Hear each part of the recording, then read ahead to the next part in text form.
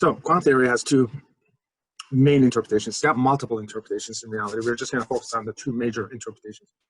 The orthodoxy interpretation is the Copenhagen interpretation, which has been around ever since the 1920s. And the biggest competing interpretation is the minimalist interpretation. All right, so regardless of what the interpretation is, these are just interpretations of the same quantum mechanics that everybody applies mathematically. The interpretation is the interpretation of the mathematics, of what takes place behind the math, the reality represented by math.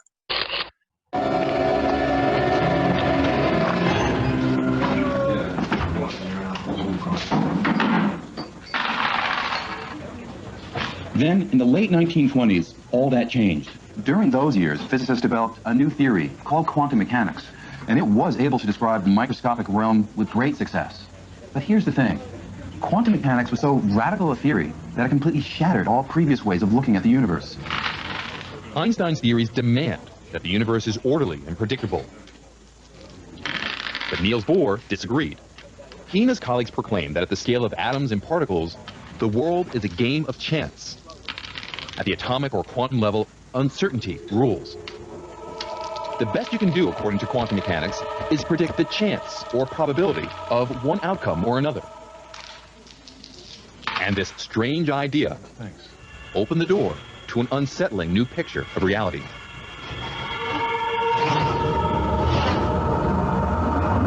It was so unsettling that if the bizarre features of quantum mechanics were noticeable in our everyday world, like they are here in the Quantum Cafe, you might think you'd lost your mind.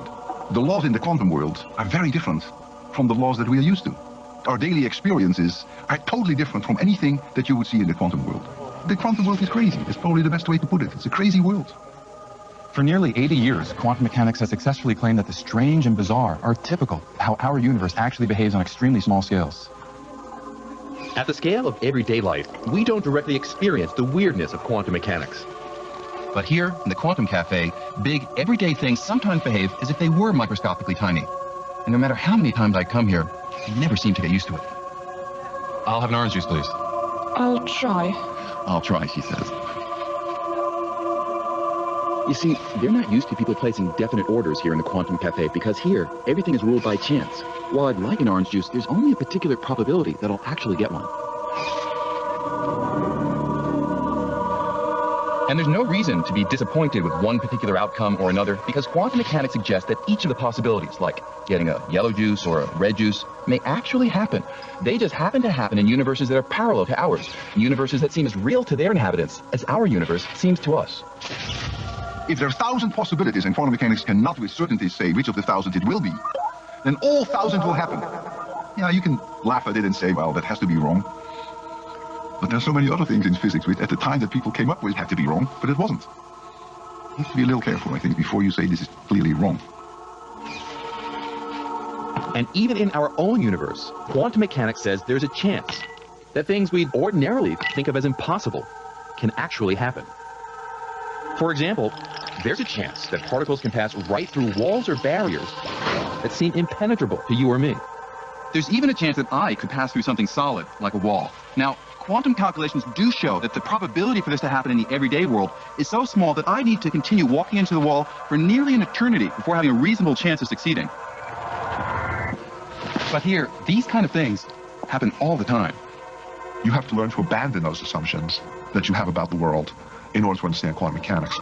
In my gut, in my belly, do I feel like I have a deep intuitive understanding of quantum mechanics? No. And neither did Einstein. He never lost faith that the universe behaves in a certain and predictable way. The idea that all we can do is calculate the odds that things will turn out one way or another was something Einstein deeply resisted. Quantum mechanics says that you can't know for certain the outcome of any experiment. You can only assign a certain probability to the outcome of any experiment. And this Einstein disliked intensely. He used to say, God does not throw dice. Yet experiment after experiment showed Einstein was wrong, and that quantum mechanics really does describe how the world works at the subatomic level. So quantum mechanics is not a luxury, something that you can do without. And why is water the way it is? Why does light go straight through water? Why is it transparent? Why are other things not transparent? How do molecules form? Why are they reacting the way they react? The moment that you want to understand anything at an atomic level, as non-intuitive as it is, At that moment, you can only make progress with quantum mechanics. Quantum mechanics is fantastically accurate. There has never been a prediction of quantum mechanics that has contradicted an observation. Never. Did you guys notice that they are preferring the Minimalist interpretation versus the Copenhagen interpretation? So what happened over the years? Evidently, there's a switch to the Minimalist interpretation. How did the physics community went from a Copenhagen interpretation, which proved very successful in building the atomic bombs, the nuclear technologies that we have today, as well as the electronics technology, and how did this switch happen from that to the Minimalist interpretation? So what happened? Copenhagen interpretation, obviously, Niels Bohr is responsible for the interpretation. This is an observer-dependent universe. So what collapses these waves, and we were talking about probability waves, an active observation. Whenever you toss a coin, 50% heads, 50% tails, it's going to be in motion, so it's got some momentum, and it's spinning, so there's going to be 50% heads and 50% tails, and both possibilities are embedded into the wave function, the probability wave. And then you catch the coin. It's still going to be 50% heads, 50% tails until you make the observation. So making the observation is going to collapse those two possibilities into the reality that you're observing, which means that the wave, probability wave, is going to collapse into the outcome that you're observing. Your active observation collapsed that way into the reality. That's a simple interpretation. That's a commonsensical interpretation. The reality of it is a lot more complicated than that. Hugh Everett's interpretation, which is the Minimalist interpretation, and Minimalist interpretation is the mainstream interpretation today as opposed to 20, 30 years ago. How did this switch happen? According to the Minimalist interpretation, if no one is looking, in one universe is going to be heads and the other universe is going to be tails. This is an observer-independent universe. It does not require an observer to collapse these probabilities into a seen, known reality. It does not require anyone to collapse these probabilities. If there's a 10% chance that something's going to happen, the 10 out of 100 universes, that thing's going to happen. That's what it means. All right, so how did we come up with those interpretations? These interpretations came about because of the observation that we discussed before. Here we are, the granddaddy of all quantum. Which is this, the Solvay conference of 1927 that you guys were looking at happened because of this simple thing. The reason why the physics community was, in general, really, really confused and they didn't know what was going on. Because these particles literally act like waves if you're not looking. And if you're looking, they act like particles. How do they know that you're not looking and they keep acting like waves? And how do they know that you're looking and they turn into particles? How do the awareness of this takes place? Copenhagen interpretation comes from this guy, Bohr himself. And Minimalist interpretation from Hugh Everett III. All right, everything goes back to this little observation. All right, this is 1926 or 25 or 26. So particles go through a double slit. If you don't care which slit they go through, they will act like holes. And if you want to know which slit they go through, they will act like particles. So they're sensitive to being watched. If you're not watching, you get waves. If you're watching, you end up getting particles. All right, so the question is, what's causing that to happen? Particles will always give you these bands. In this case, you got two piles right there. The waves will give you an interference pattern or a diffraction pattern that you're looking at. If you send the particles one at a time through a single slit, they will always act like a particle. But if you give them a choice, if you give them two slits, even if you send them one at a time, if you don't care which slit they go through, they will always act like waves. So you end up getting a wave phenomenon. So here's the trick. As long as you don't care which slit they will go through, they will always act like waves. They did an actual experiment in 1925 or 26. So you got 100 electrons. There's a double slit. Send them in one at a time. And all of a sudden they notice that the particles act like waves.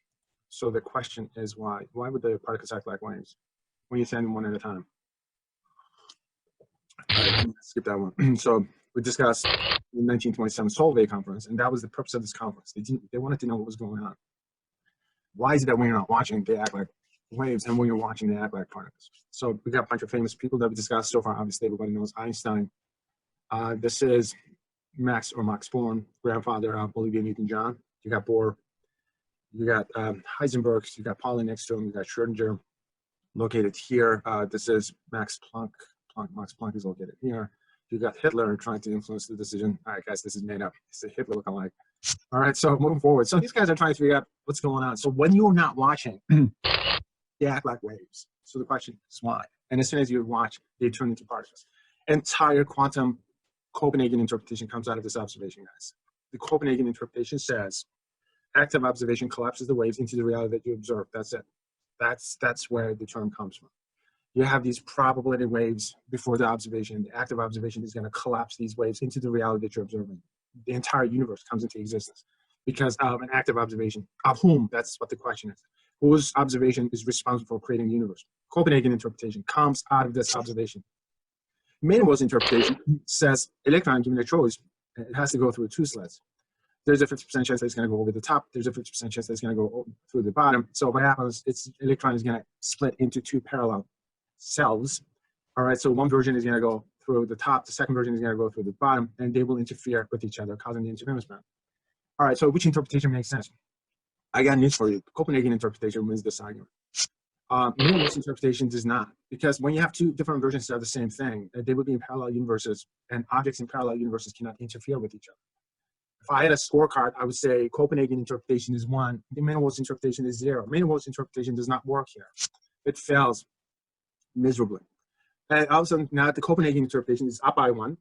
This is like a contact sport at this point. So the score is Copenhagen interpretation 1 and minimalist interpretation 0. The problem with the Copenhagen interpretation is the active observation is what collapses these probability waves into the particles that create the universe. So the question is, whose observation is responsible for the creation of the universe? It's certainly not my observation, certainly not your observation, because the universe was here before I was here, before you were here. Same argument goes for all of us, guys. The universe was here before the creation of the earth, before the earth came about. So whose observation is responsible for creating the universe? All right, the active observation that creates the universe has to be done from outside. All right, so alluding to that, Einstein said, does this mean that if no one is looking, the moon does not exist? And so whose observation is creating the moon, he asked. How about a sideways glance from a moon? He was being really sarcastic. All right, so that's to illustrate this point. Schrödinger, as well as Einstein, they both came up with the Schrödinger's cat experiment. Idea was Einstein, but Schrödinger came up with the cat experiment. We discussed that before, so you had a cat inside a box. And the most basic concept you need to understand is quantum superpositions. Are you aware of the double slit experiment? Well, there was that one time in college. What about Schrödinger's cat? No, I'm not that kinky. Close your eyes. Give me a hand. Okay.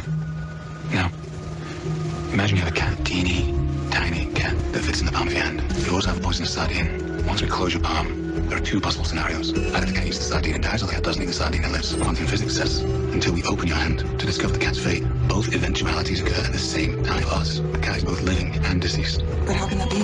That's the miracle of quantum mechanics. The observer gets to decide. Kitty's already made up its mind. Alive or dead? See for yourself. guys, what that means is cat is dead and alive at the same time. It means unless someone is making the observation from outside, cat only exists as probability waves. There's nothing inside the box. The active observation collapses the reality into either a dead or alive cat. Got it? There's nothing inside the box until the observation is made. No live cat, no dead cat. Cat only exists as a potentiality. And that the absurdness of the statement is what Schrödinger was trying to point out, what Einstein was trying to point out. If there's no observer outside observer, there's nothing inside the box, only the probability waves. And what collapses these possibilities, the probabilities, into the reality that you see is an outside observer. So we're kind of like the cat inside the box. So who's the observer making the observation from outside of the universe, creating the universe? That requires a supernatural being, a godlike being. And that may be so, but that's not science. All right, so you cannot have a godlike being creating the universe. That's not the scientific way of doing it. All right, so what happens when you take the supernatural being out of the picture? Then the observer is taken out of the picture. So if there are two possibilities, there will be two universes. All right, these possibilities will simply collapse into the mini world. That's what it means. So this becomes the mini world interpretation. So Schrödinger's cat experiment, Copenhagen interpretation does not win this argument. This is a loss. Mini world interpretation does. All right, so these probability waves will simply collapse into every single possibility naturally. All right, if there are two possibilities, two universes. If there are 10 possibilities, 10 universes. So in one universe, the cat is going to be alive. In the other universe, the cat is going to be dead. So you went to Harvard in '98? Yeah. One of the best times of my life was doing my doctorate. I had this beautiful apartment above a cigar shop. Levitt and Pierce? Yeah, that's the one. I was supposed to go to Harvard in '98, and I was going to live in the building next door. So why didn't you? Because Mark got his job at the Bureau, and he was going to be transferred to Los Angeles, so I decided to be with him instead. My wife moved into that building. That's how I met her. Wow. So if I had gone, we probably would have met. Have you heard of many worlds interpretation? No. It was coined by a physicist called Hugh Everett in the 50s. Basically, the idea is anything that could have happened in our past actually did happen in some other universe. So all those alternate decisions and choices you made are still playing themselves out on other worlds. If you buy the theory, I suppose in some other universe you did go to Harvard. And we did meet. Of course, that's not the world we live in. Nope. Thank you again for this. Sure.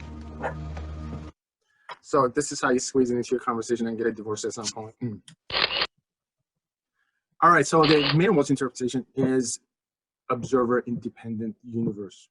All right, nothing is collapsing. Nobody's observation is collapsing these waves into the reality, except every single possibility represented by the wave function is going to come to pass. So which means that the wave functions will collapse into these multiple realities at the same time. That's what it means. Now, there's a strange thing that happens in physics. Einstein is trying desperately to disprove quantum theory, a quantum theory he himself created, in essence, and got the Nobel Prize for. And then he's trying to kill it because he does not like the Heisenberg's answer to principle. That's probabilistic interpretation of quantum theory, something he does not like. So he comes up with these weird thought experiments. One of the experiments that he comes up with is known as the EPR paradox. All right, so E. Einstein-Podolsky-Rosen paradox, and which is Albert babbled on. In 1935, with Rosen and Podolsky, he came up with a new thought experiment. Generate two particles and leave one of them here on Earth, while sending the other one to a distant galaxy 2 million light years away. Whenever one particle's spin is left, the other particle's spin must be right, since the total spin of the two particles must be zero, the law of angular momentum. Now remember, according to quantum theory, the value for the spin is not determined until the measurement is made. So let's say the particle that stayed here on Earth spins left. How does the other particle, which is 2 million light years away, know that and automatically spin right? Information would have... All right, so you got a problem. Inside atoms, you have these electrons. One electron is usually spinning up, the other electron has to spin down. All right. So how does this electron know that the other one is spinning up? It simply does. And the information is transmitted instantaneously. All right. So as soon as this spins down, this is going to spin up. All right. So they're almost like they're connected. All right. So information gets transmitted. So what would happen if you were to separate these two electrons by a distance of 2 light years? All right. So according to quantum theory, these things are still connected. So as soon as this spins down, the other is going to spin up at the same time. Alan Aspect proved Bell's theorem in a laboratory experiment. Aspect sent two particles off in opposite directions. He changed the polarization of one particle in flight. Instantly, the other particle changed its polarization to be opposite to that of the first. So what does that mean? Which means that Einstein was wrong. Information doesn't travel faster than light. We don't know that, but it seems like everything in the universe is connected, entangled. Which means that every single particle in the universe knows what the other particle does, regardless of the distances, instantaneously. What that means is the universe is conscious, guys. All right, so this is known as entanglement. These particles know when you're looking and when you're not looking, because you're part of the universe itself. That communication takes place instantaneously. Not only that, we also know that the entanglement also happens through the timeline, which means that you're connected to yourself in the future. You're also connected to yourself in the past. All right, you're connected to yourself from birth to the death. All right, so that information can travel back and forth. In fact, according to the quantum theory, the information travels backwards in time. All right, what happens in the future influences the present, despite the fact that we live our lives in the opposite direction. It's almost like a really advanced computer program. Right? So that's how it is. So these particles know when you're looking and when you're not looking. When you're looking, they act like particles, so you see the universe. When you're not looking, there's nothing there, only the possibilities of a reality. All right, so that's how it is. Welcome to the quantum world. It's rather strange. It's very counterintuitive.